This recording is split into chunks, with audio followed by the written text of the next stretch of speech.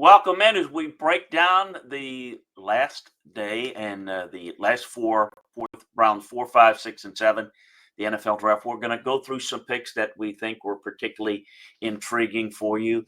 And we're going to do that kind of round by round, giving you a little bit of a feel for what we thought. But remember first to like and follow us if you like what we're doing here, breaking down the draft for you, breaking down football, college football, NFL. It's what we do here. So check it out, like and follow us right here. We're also a reminder for more detailed breakdowns of the NFL draft, of all things football. Head on over to LandryFootball.com where we've got complete breakdowns. We're also going to be providing you some videos coming up on the latest. And we'll break down the entire draft. We'll teams by teams that did the best, biggest reaches in the draft, biggest quality value in the draft. We're going to break it down for you all week. So keep it here and make sure that you, again, remember to like and follow us. Well, it started with Chimere Dike with Tennessee, the former Florida star. Is a big play guy in the making, 4.3 speed, raw as a route runner, but's got a lot of ability. I love Cam Skattebo, who the Giants got in the fourth round at 105, a battering ram. He's going to join Tracy and Devin Singletary in a pretty capable backfield. But this guy is a really versatile player that can play line up in a lot of different formations, but as a blocker, as a runner, can throw it, catch it. Really, really good player. Thought Dante Thornton Jr., the Raiders, freakish speed, makes a lot of sense there. I think Dylan Sampson of the Browns is a smaller back that's got some explosiveness. I think Jalen Lane, another weapon at receiver for Washington, was a really good move for them.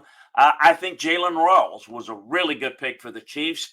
A guy that can break tackles, good feel for exploiting zone coverage as a receiver. He's got some real good potential there. In round 5, of course, the storyline was Shedeur Sanders. Look, we talked about this Shedeur Sanders situation. Here's a perfect opportunity for him. You can talk about what round he was drafted, and how long the wait was, and how awful that was, or whatever you want. This guy, this starting job for the Cleveland Browns is Shedeur Sanders if he goes and takes it. I think that Joe Flacco will likely start immediately, but think about it. You got to beat out Dylan Gabriel, which he should beat out. Deshaun Watson is not going to play at all this year. This job is wide open for him to take. So he can prove everybody wrong, or he can prove, everybody right by where he was taken.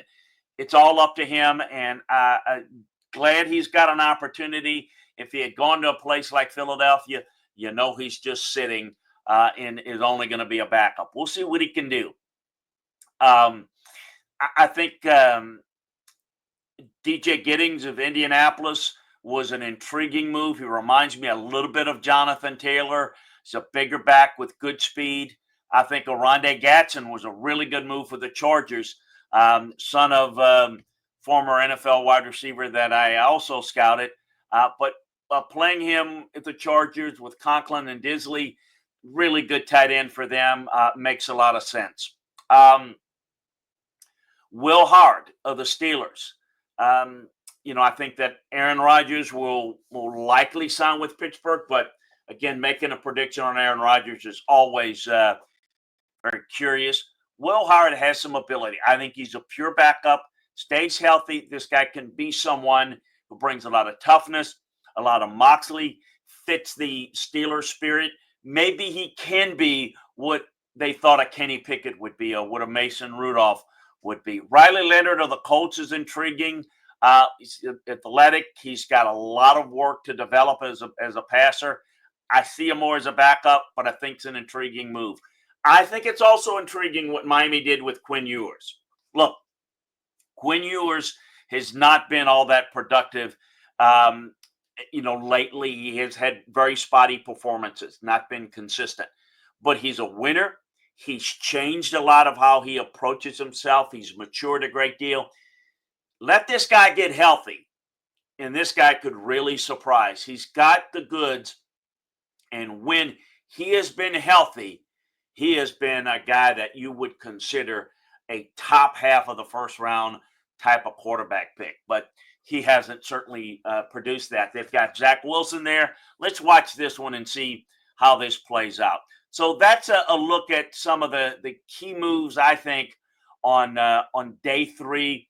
A reminder again, we'll break down in detail all of the teams' draft picks, how they played out, what we think about them. We're going to drill down into it, even tell you about the free agent signings that are going to have some impact. So make sure that you remember to like and follow us right here where you can get all of this. And visit us over at LandryFootball.com where you can get all the football information, college football, NFL, draft, post-draft.